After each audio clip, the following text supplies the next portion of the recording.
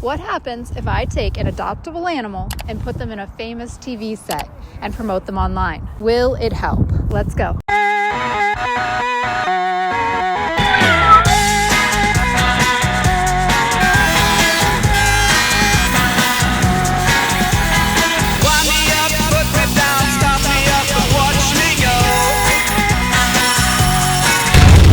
You just saw me planing down a 2x4 and chopping it up. I wanted these frames to be sturdy, so I put them together with screws, glue, and a nail gun. How sturdy does it even need to be? Isn't it just for a cat or a dog? The answer? Maximum sturdy. Listen, some cats like to do parkour.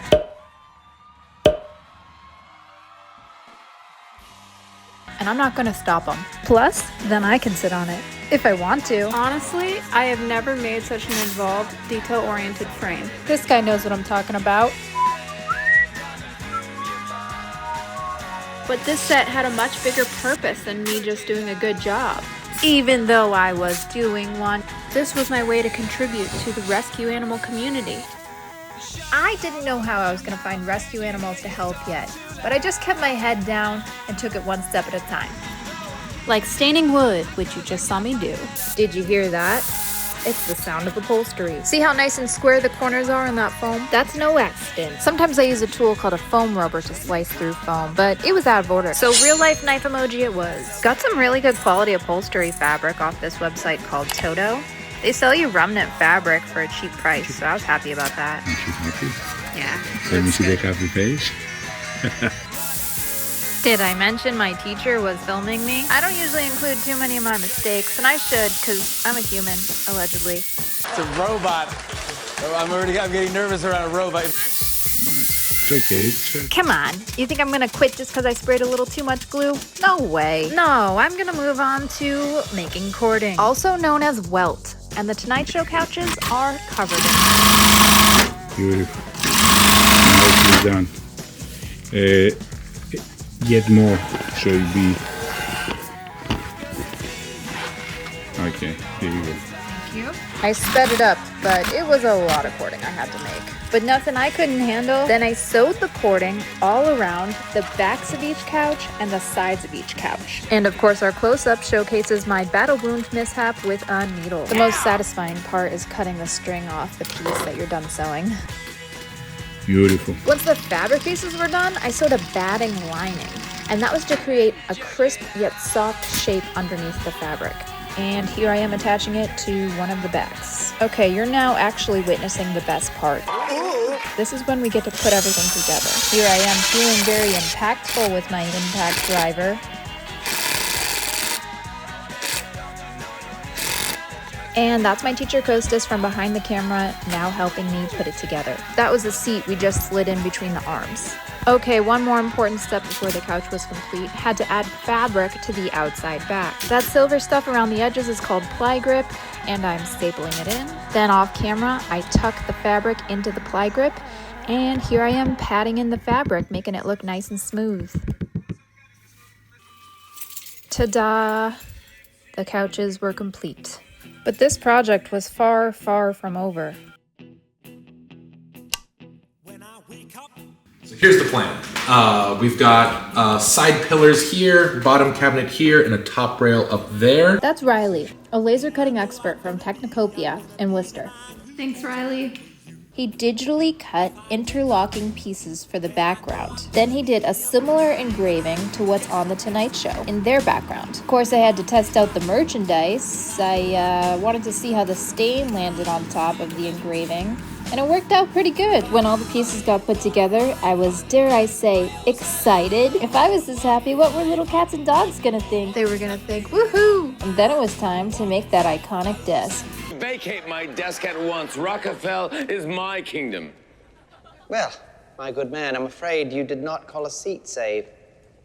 So this desk is mine now. Behold, it's a curve traced on a plywood, begging to be cut. Your wish is my command.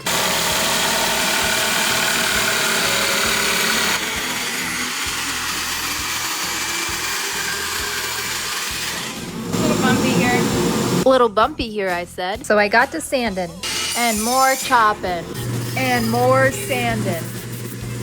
The plywood piece was for the top of the desk, and these curved pieces here are gonna get stacked right below that curve I cut out. You'll see the structure of the desk in a better angle in a second. I was trying to make it all smooth, but then Mother Nature intervened. It's raining! Look, I'm not that superstitious, but I'm here to tell you that the universe did not want this desk to get made. Now hold my tarot cards when I tell you this. I painted the desk black for a darker undertone underneath the wood panels that needed to get put on top. What wood panels? These wood panels. That's my teacher slicing them up for me. Sanding them up so the edges could look fluted, just like the Jimmy Fallon desk. Glued them up and complimented how far along things were coming. It looks so much better with the wood slats on it. And that's what I meant by what I said. It was looking so good, in fact, that it was time for a universe intervention. Yep, the wood started snapping off. Did I mention this happened the day before my teacher was about to take a month off of working? I took a little break from the wood shop too, because I needed it, and I went to scope out local adoptable kittens. They were so cute, and they got me reconnected to the purpose of this mission. So with the time that I had off, I researched so many local rescue organizations. I made a huge list and called them one by one. I knew it was the type of cold call I'd want to receive. Excuse me, can I take your adoptable cats and put them in a miniature Tonight Show set that I made? Everyone who subscribes gets a free cat. That's totally true. Look at it. It's a great cat, isn't it? I got some interest, but didn't lock anybody down. I went back to see my teacher at the wood shop, and he was steaming the wood slats this time. Flexible? Nope. Still more. Unfortunately, the steaming efforts didn't work out. The wood slats were still snapping. So to help me in the project out, my teacher actually finished the desk for me because I didn't have any more time to allocate. And here it is, unstained. Somebody needs a spray tan. And by somebody, I mean me. I'm very pale. Not only did I stain the desk, but the other pieces of the set too. I started to set it all up together, but I had a visitor. Oh, Mr. Cody. What do you think, buddy?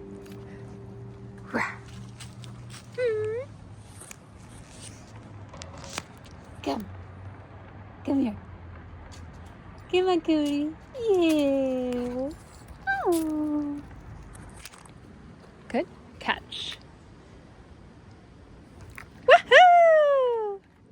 Good boy! After the good boy inspected my treat collection, I had a problem. I had accidentally used a shellac spray that made the wood look like it was trapped in 1982. Thankfully, mineral spirits took the frosted gleam right off the thing. And suddenly I had a good-looking desk. Take that, 1982. Had to put the puzzle pieces together, including the skyline that I just got. I fit right in, so I did a pretend interview with an imaginary cat. As you do. Catnip or cat mice? What? Anyway, I ended up getting a different background from the one you just saw because that one was too short. Wait, what? Where did these adoptable kittens come from? They came from a local rescue organization, and I got to borrow them for one day. Not only that, but I found a local cat cafe willing to let me film there. So I packed up the set and several cats, and off to the cat cafe we went. Here's my between interviews shot of a kitten enjoying a snack while I take a break. And now for a kitten interview montage.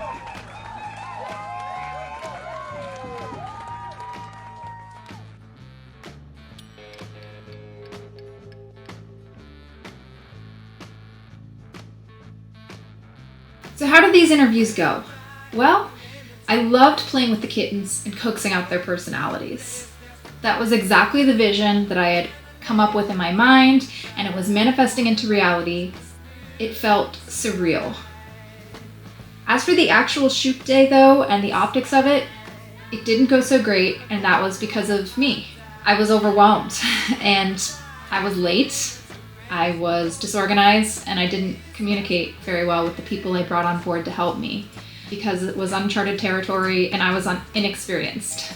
I do think there's more opportunity for me to try again, and I could pre-plan and I could bring in more resources that I now know that I need. It's a really good idea, and I think it can make a difference for rescuable animals.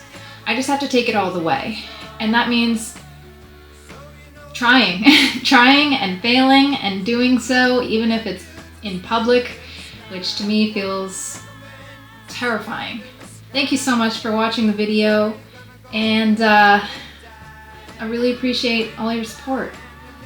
Feel free to follow me if you like the work I'm doing, or reach out to me if you have any ideas for feedback. Bye.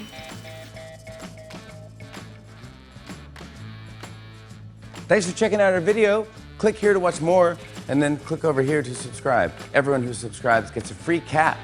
That's totally true. Look at it. It's a great cat, isn't it? Everyone gets one. It's so fun. Love cats. They're my favorite. This one's a fat cat. He's a fat cat.